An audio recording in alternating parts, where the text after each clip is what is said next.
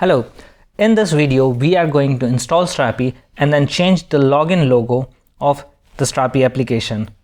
Let's get started. We will launch our terminal and let's create a new Strapi app. I'll copy paste my command and let it run.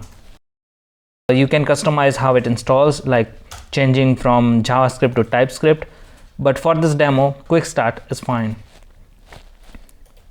I'll speed up the process so it installs faster.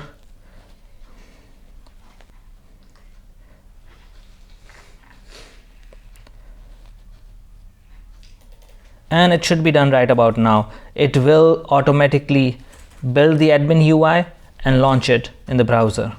So let's wait for that.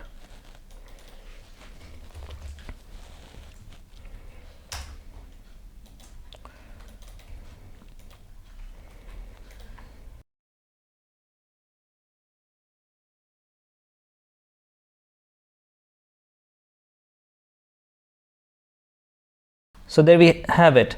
It automatically launched on localhost 1337, and let's reload to see if it's working nicely. I will create my first admin user.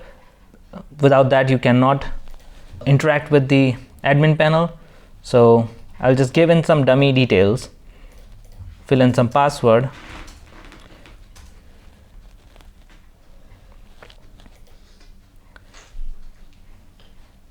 and click on let's start. As you can see, we are in the admin panel, and let's minimize the terminal and make it full screen. We can skip the tour for now and let's see if everything is fine.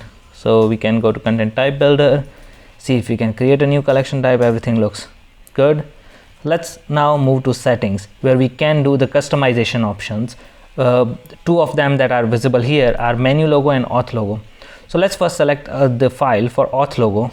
I already have it downloaded, so let's start with that.